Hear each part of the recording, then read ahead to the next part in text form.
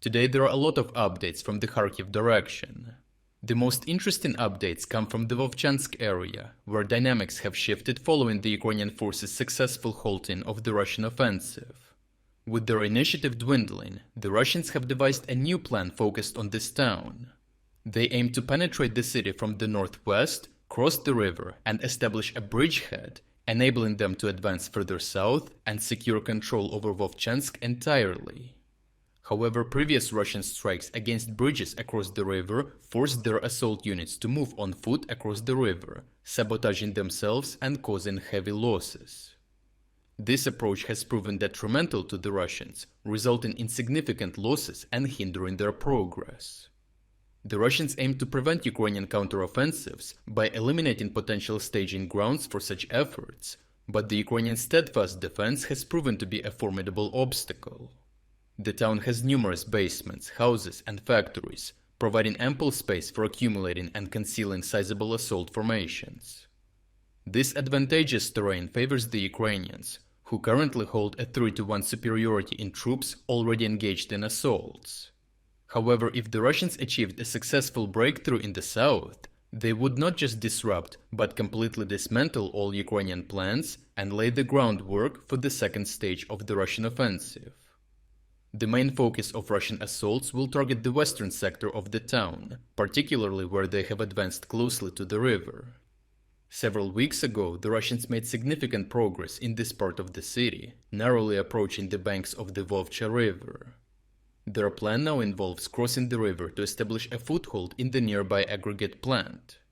This plant, comprising the tallest and most heavily fortified buildings south of Vovchansk, is not just a strategic objective but a crucial one for the Russian forces, as its capture would significantly enhance their offensive capabilities.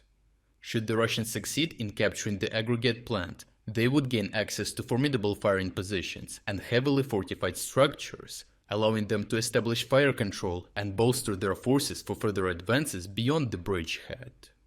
This tactical advantage would put the Ukrainians in the southern part of the town at a disadvantage, as their main residential area needed the defensive capabilities of the reinforced buildings. Consequently, they would be forced to shift to a defensive posture, abandoning any plans for a counteroffensive to the north. Moreover, continuing offensive operations from this point onward could potentially compel the Ukrainians to withdraw to positions in Belgorod. Lieutenant Colonel Nazar Voloshin, spokesperson for the Ukrainian Khortytsia group of forces, highlighted the intense bombardment of Vovchansk by Russian forces, utilizing TOS-2 thermobaric artillery systems. Both Russian and Ukrainian sources confirmed the continuous use of glide bomb strikes, targeting infrastructure within Vovchansk. These actions are part of a deliberate effort to weaken defenses and pave the way for anticipated Russian assaults to the south. The deployment of TOS-2 thermobaric systems is a significant development, considering that the Russians possess only a few dozen of these systems. This allocation underscores Russian prioritization of the Vovchansk area, indicating a high commitment to sustaining a prolonged offensive in the region. Subsequently, the Russian forces opted to dispatch a reconnaissance unit across the river, presumably to assess the Ukrainian strength in the aftermath of the extensive shelling. It's worth highlighting that before this, the Russians deliberately destroyed the bridge in the vicinity to impede any Ukrainian attempts to reinforce their positions on the opposite side and consolidate their gains to the west of the town. Initially intended to weaken Ukrainian defenses to the northwest and facilitate quicker advances for the Russians, this tactic has now backfired, resulting in self-inflicted setbacks for the Russian forces. This decision proved to be a double-edged sword for the Russians, limiting their ability to deploy anything more than small squads across the river under the cover of night. Moreover, the narrowness of the Russian bridgehead rendered it ill-suited for successful river crossing operations. Consequently, the Russians had to establish a new bridgehead on the opposite side of the river using only infantry, who would need to provide cover. At the same time, the main force worked to set up a pontoon crossing over the destroyed section of the bridge. The rationale behind selecting this particular section for the assault across the river likely stems from its relatively narrow width, only around 20 meters. Furthermore, the vicinity surrounding the bridge is challenging as it is mainly open terrain. It has a 200-meter gap separating north and south Vovchansk, offering minimal cover for Russian troops, save for a few bushes. Combat footage captured from the area depicted Ukrainian drone operators actively tracking down Russian soldiers, attempting to seek refuge beneath the damaged bridge in a desperate bid to evade detection. However, their efforts proved futile as Ukrainian FPV operators swiftly identified and neutralized them. This incident was just one among several unsuccessful Russian assaults along this stretch of the river. In a video shared by Ukrainian fighters operating in the area, meticulous caution is evident as they navigate the southern outskirts of the town. Their movements are characterized by organization, utilizing available cover in houses and basements to shield themselves from the Russian artillery barrage aimed at suppressing them. Additionally, the Ukrainian fighters advanced in small dispersed squads, maintaining a distance between each other to reduce the likelihood of being targeted by enemy drones.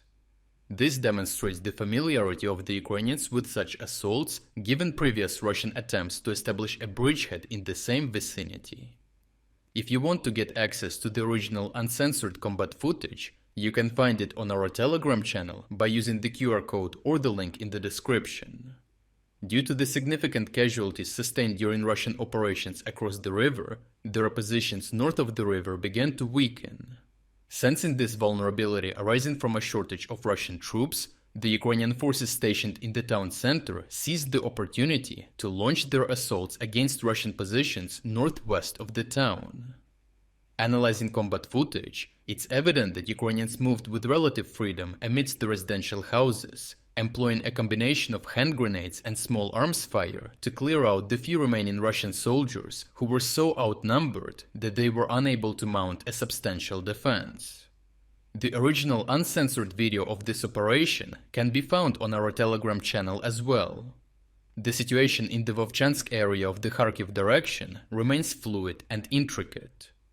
After losing their initial momentum, the Russians attempted a new strategy to capture Vovchansk by establishing a foothold south of the town, circumventing the formidable Ukrainian defenses in the northern sector. However, the Russian river crossing operation proved unsuccessful, and Ukrainian forces capitalized on the high casualty rate among Russian troops to regain the initiative. Ukrainian assault units swiftly moved to eliminate the narrow Russian penetration area. Operations are ongoing, and with Ukraine's substantial troop presence, the Russian positions face significant threats from Ukrainian counterattacks. If you're against the invasion of Ukraine and you want to support the work that I am doing, consider making a purchase in the online store UA Supporter. Here you can find a lot of products with Ukrainian symbols to not only show your support for this channel, but also for Ukraine. The link to the online store is in the description. Thank you for watching this report, and I will see you in the next one.